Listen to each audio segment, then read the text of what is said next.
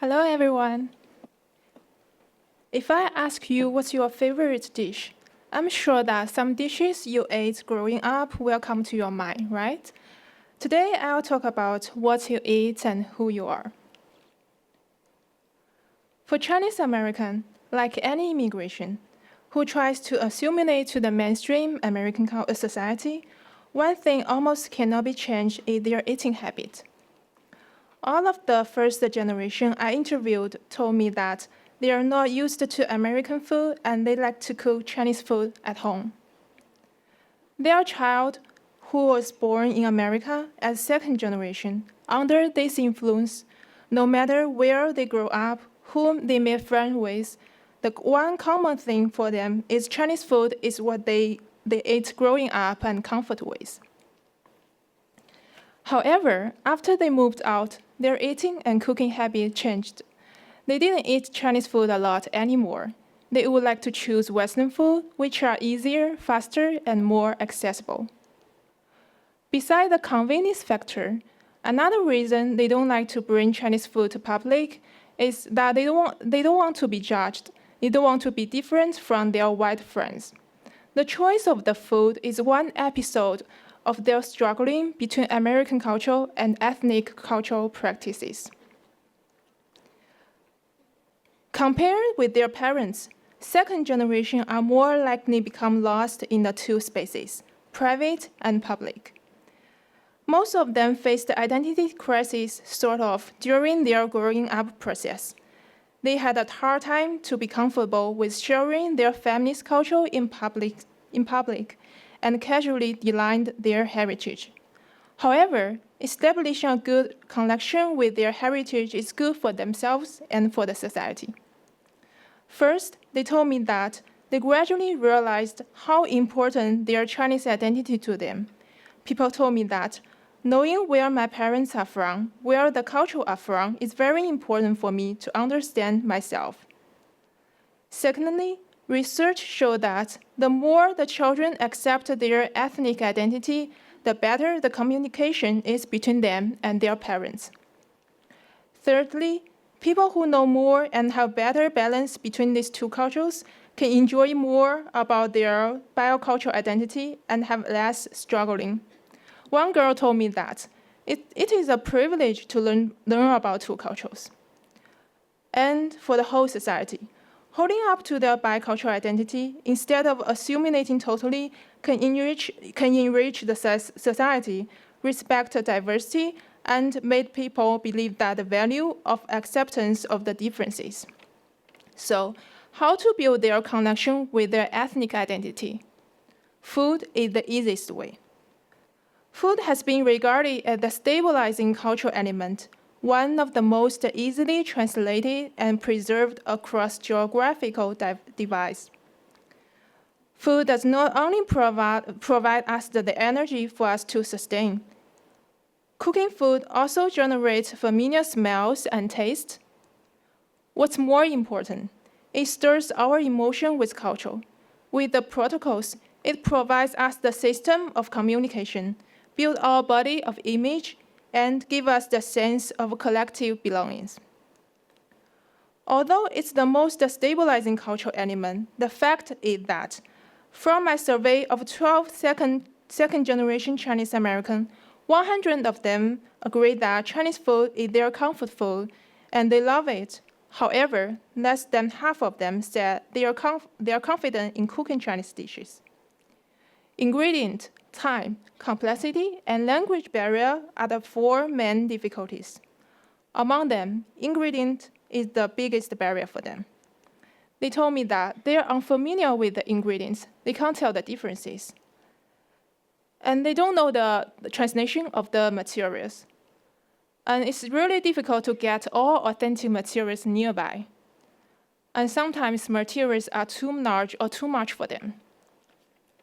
So my project wants to see how to solve this big barrier, ingredient, and to help second-generation Chinese American to keep their Chinese food eating habits, encourage them to cook Chinese dishes more, and get more interest and confidence, and further influence their connection with their cultural identity. So I saw there is an opportunity to start with the ingredient. In each culture's cuisine, the food choice sometimes seems so commonplace. Actually, it's not. You can tell which cuisine it is if I show you the staple ingredients combination like in the picture. It always contains a long story of the history. There is one vegetable which is beloved in Chinese dishes, lapa cabbage. Let me tell you the story. The earliest seed of lapa cabbage was found in a pottery in Banpo archaeological site in China, and which was nearly 6,000 years ago. In tough time, lapa cabbage was the only vegetable that Chinese people had, and it is also good for long-term storage, so one family usually stored hundreds of pounds cabbage to go through the winter.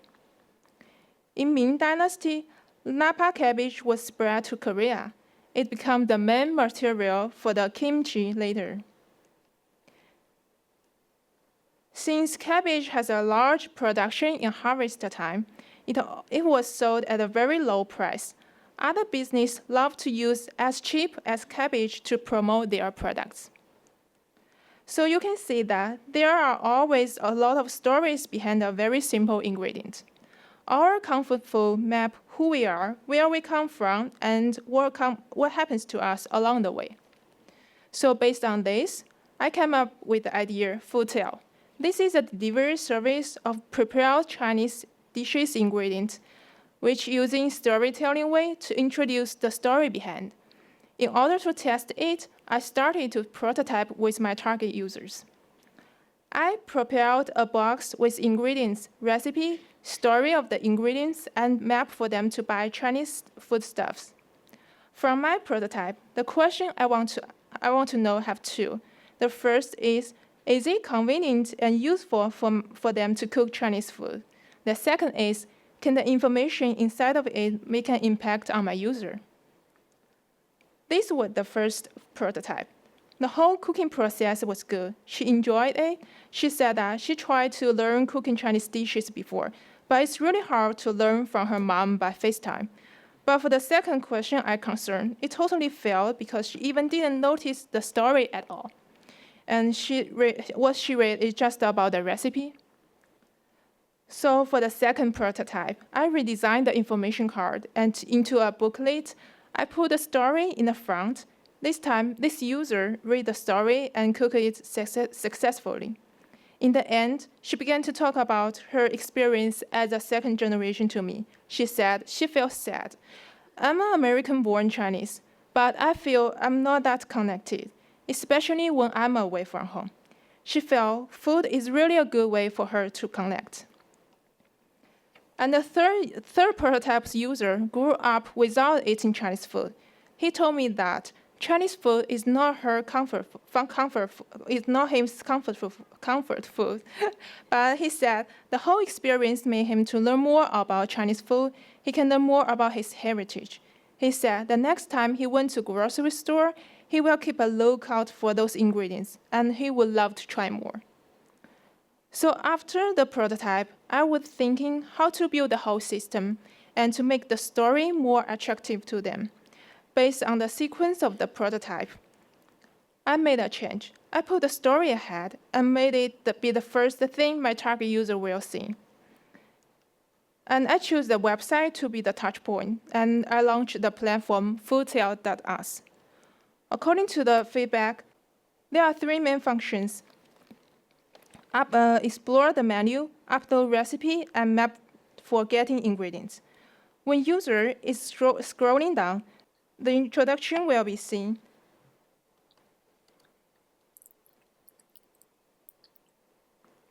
And then you can click on the button to explore the menu.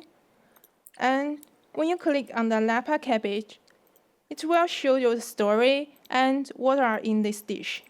And then you can order it. Since I don't want to just create a service for them to learn cook food, I also want to create a space for people to share their favorite thing. So from the homepage, you can also see the place to join the conversation. And also, you can check the map. Foodtale is not only a place for second-generation Chinese American easily enjoy cooking Chinese food. In the future, it can be scaled into all second generation, become a space that they feel free to talk and discuss about the food, their family, and their identity. For a minority, becomes assimilating to the majority, beyond assimilating to the majority, knowing more about who they are and where they come from can help them to be more confident in their bicultural identity. In the 21st century, since billions of people are moving around every day, different cultures come across everywhere.